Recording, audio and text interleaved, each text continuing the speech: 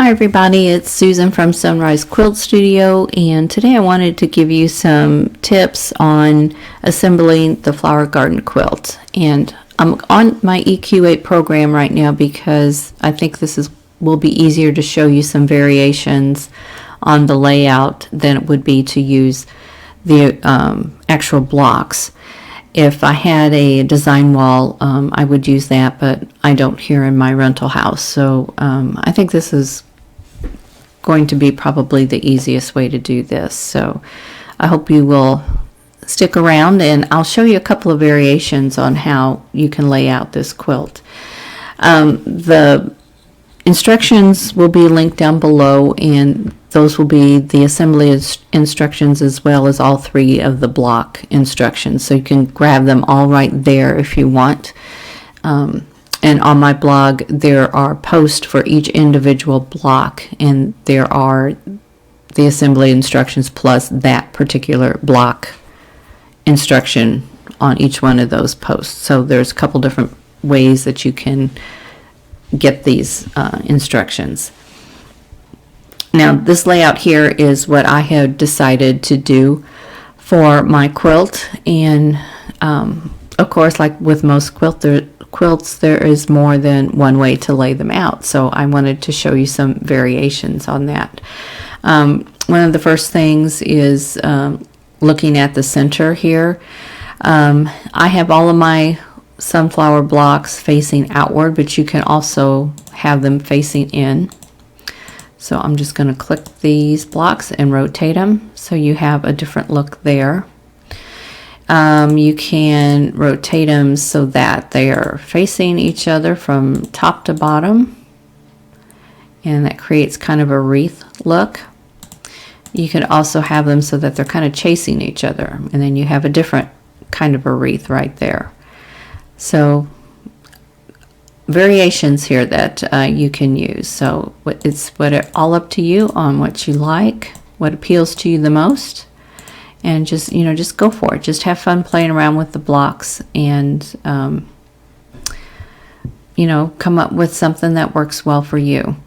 Now, these corner blocks, you can also rotate those. So I have them all facing in, but we could have them facing out.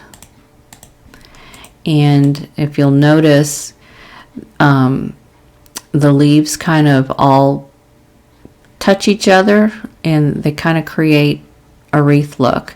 And if you did the wreath look with the center blocks, you'd have a look like that. Or you can also, let me rotate them so that they are this way. So you have that look. You can also rotate your tulip blocks. So this will take me just a few seconds here to get them all rotated, but I'm going to rotate them all out.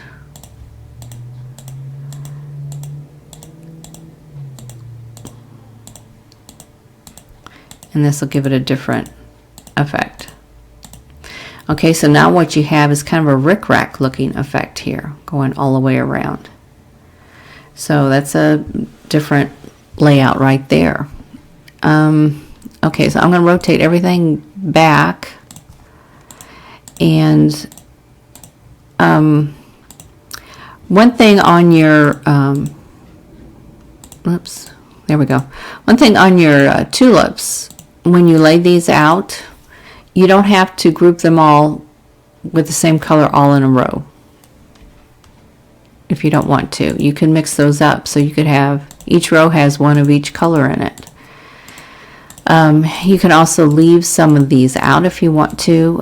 You could leave them all out and replace them with some of the other blocks, the sunflower blocks or the clover blocks if you like them better. You could do that. So now I'm back to my original here.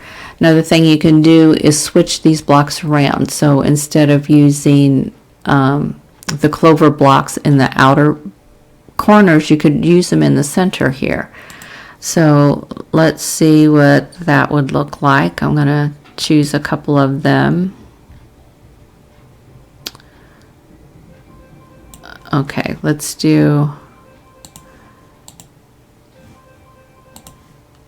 that. There's a cream. And I don't have a teal one, so I'm going to go ahead and use a pink one. But we can, whoops, I just needed the other tool. Let me go back on rotate blocks. So let's rotate those so that they are facing each other. And that is a completely different look. Let's rotate them towards the center. And then you have that look. Rotate them all out, facing outwards, and you have that look. So lots of different things you can do. Okay, so let me go back to the sunflower blocks. Here's my peach one.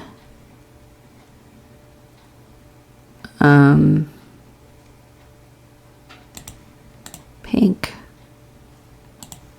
teal, and cream. Here we go.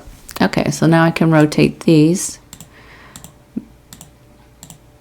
back to my original, which would be, I have to rotate them a little bit more. Okay, I wanted to point out one other thing with my layout here. I have all of my tulips with the same colors in a row. You notice here's all that peach row. Well, here's the peach sunflower right here. There's the teal and the teal, the cream and the cream, and the pink and the pink, all right there. But I don't have that matched up on the outside. You notice that I've got those completely opposite. So my peach sunflower is here, but my peach red clover is over here. So they're completely in the opposite. Here's teal and teal, pink, and cream and cream. So I did that to kind of break up the flow of the color, to just give it a little more interest. So that's another idea you could take away and use it or not. That's all up to you. Okay, so when you're getting ready to assemble that, once you've decided where you want to put everything, the instructions I have written have you start in the center with your medallion again, and sew these 4 blocks together. Now when you're sewing this top, I would recommend using a scant 1/4 inch seam allowance if you can. It'll make it easier when you get to all of these points here, and it'll give you just enough space that you're not going to blunt off the tips of your points here. So that is an idea that you could use. Okay, so get this assembled, and then assemble your tulip blocks. So groups of 4, sew them together in groups of 4, and you can repress every other one so that you've got, like the seams of this one, you've got 3 seams here, 1, 2, and 3. I currently have my tulip blocks with all the seams pressed towards the base of the tulip. So every other one I'm going to have to repress and have them pressed up this way so that I can nest those 3 seams and avoid blunting off these points, because this is making, a very pronounced point in all of these here, and if it's off, it's going to be pretty noticeable. So I'm going to repress those. And that won't be difficult. I don't have to unstitch anything. It's just going to be repressing those. So I'm going to do that. So you might want to look at your blocks and decide if that's something that you need to do. Okay, the next thing we're going to do is to sew on the sashing.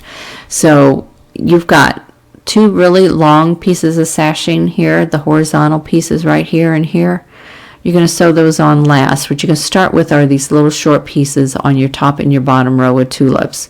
So sew those to the tulips, and then sew your corner blocks to that. So I'll do that on both your upper and your lower row. So you'll have this whole row complete, and then this whole row complete. And then go back to your medallion and sew this sashing and this sashing to it, and then add your side tulips to it. Okay, once you have these all sewn on, have your side tulip sewn onto your medallion, then you want to sew on these long horizontal sashings. And I would sew them onto this section here. So go ahead and sew the top one and the bottom one on and press. and then you can sew all 3 rows together, and then you've got your top done. So it's not too difficult. Just take your time. Make sure you've got your layout the way you want it, with your blocks, and I think it'll go together pretty easily for you.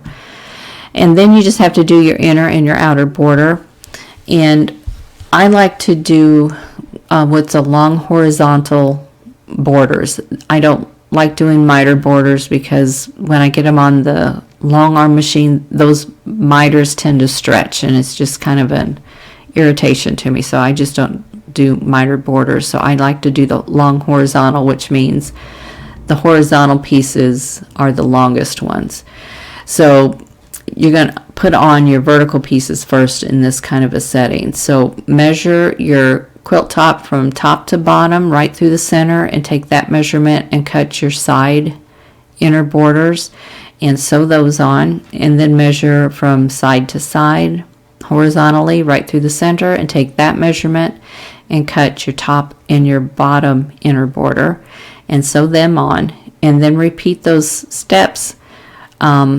Measure from top to bottom again, from your inner border to inner border, take that measurement and cut your side outer borders, sew them on, and then measure from left to right, right through the center horizontally, take that measurement and cut your top and your bottom outer border and sew those on, and then your top is ready to be quilted and bound and have a label attached to it.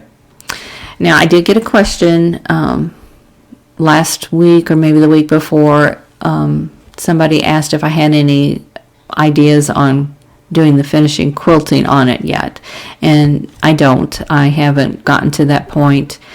My top isn't done yet, but my long arm is still in storage and probably will be in there through the end of the year, so it's going to be pretty much a year before I can get to the quilting on this. So it's something I can take my time with. But this would be a good quilt that you could do an edge to edge to, some kind of an overall, and as well as custom. Either way would look good. It's a busy enough design that an overall would look nice, and of course you could also do custom if you want to.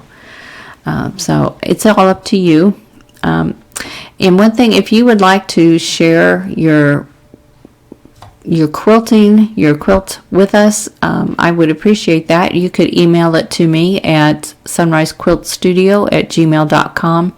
Email me some pictures and a little description of your quilt. Let me know what fabrics you used and how you chose your layout, that kind of thing, and then I can feature them in a future video. So I hope you enjoyed this project. I think it's a lot of fun. I'm really enjoying it, and I hope you do too. And I hope you got some tips out of this video, and I'm sorry I wasn't able to do this face-to-face, but I just don't think it would work very well in my current setting, in my current situation. So if you like this video, please click that like button. Don't forget to subscribe if you haven't already, and click that notification bell so you'll be notified when the next video comes up. And in the meantime, I hope you're all staying safe and healthy, and I'll see you in the next video. Thanks for watching. For more quilting ideas, click on the video links. And to keep up with my latest projects, click on the subscribe button. I hope to see you again soon.